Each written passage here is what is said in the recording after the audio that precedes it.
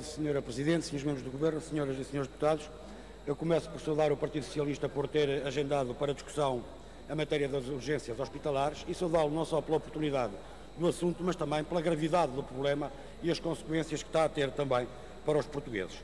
Porque, ao contrário do que diz o Governo e ao contrário daquilo que diz o Sr. Secretário de Estado Adjunto do Ministro da Saúde, o caos que se vive nas urgências hospitalares não tem nada a ver com o aumento da procura. Os senhores membros do Governo sabem melhor que ninguém que o número de casos atendidos nas últimas semanas ao nível das urgências hospitalares corresponde aos números verificados há um ano atrás e, em alguns casos, até com valores mais baixos dos valores registados no ano passado. E, portanto, não é verdade que a vergonha que o país está a viver em termos de urgências hospitalares se deva ao aumento da procura. Não.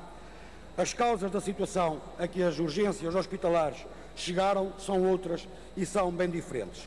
Desde logo, a permanência deste Governo no comando dos destinos do país. Esta, sim, é a principal causa para o caos instalado nas urgências hospitalares e, de uma forma geral, para o estado em que se encontra o setor da saúde e, sobretudo, para a situação dos trabalhadores, dos portugueses, relativamente ao acesso aos cuidados de saúde. E, em bom rigor, Sr. Ministro, os resultados não surpreendem, porque um Governo que limita a sua política de saúde em cortes cegos numa área tão sensível como é a área da saúde e no encerramento de serviços de saúde, mais cedo ou mais tarde, haveria de não conseguir esconder os resultados dessa política. Mais cedo ou mais tarde, os resultados dessas políticas teriam de vir ao de cima e eles, de facto, aí estão.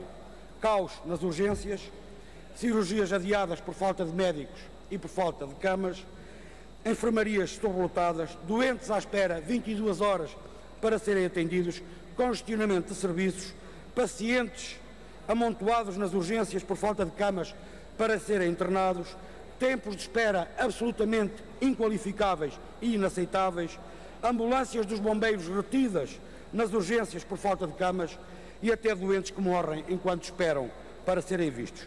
Sr. Ministro, a isto se chama bater no fundo. E nós, de facto, batemos no fundo, não por causa do aumento da procura, mas sim porque o Governo continua a desinvestir no Serviço Nacional de Saúde, porque o Governo continua a impor limitações aos hospitais para que eles possam contratar atempadamente profissionais de saúde, porque o Governo continua a recorrer ao trabalho temporário, promovendo a precariedade laboral e o trabalho sem direitos, e o Governo continua a insistir na contenção de custos, o Governo continua a insistir no encerramento de imensos serviços que podiam contribuir para evitar o congestionamento que se está a verificar nas urgências dos hospitais. Eu lembro-me, Sr. Ministro, quando no início da legislatura dizia aqui na Assembleia que encerrava serviços para melhorar o cuidado, para melhorar o acesso dos cuidados de saúde por parte dos portugueses. Ó, Sr. Ministro, o resultado parece que está aqui agora bem visível.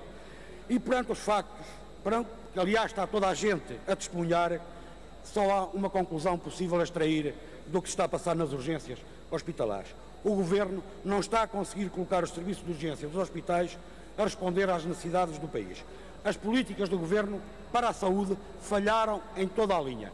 E hoje, o mínimo que nós hoje podíamos aqui esperar do Sr. Ministro era, de facto, que reconhecesse que as políticas do Governo estão a transformar as urgências hospitalares num verdadeiro caos em virtude das políticas do Governo.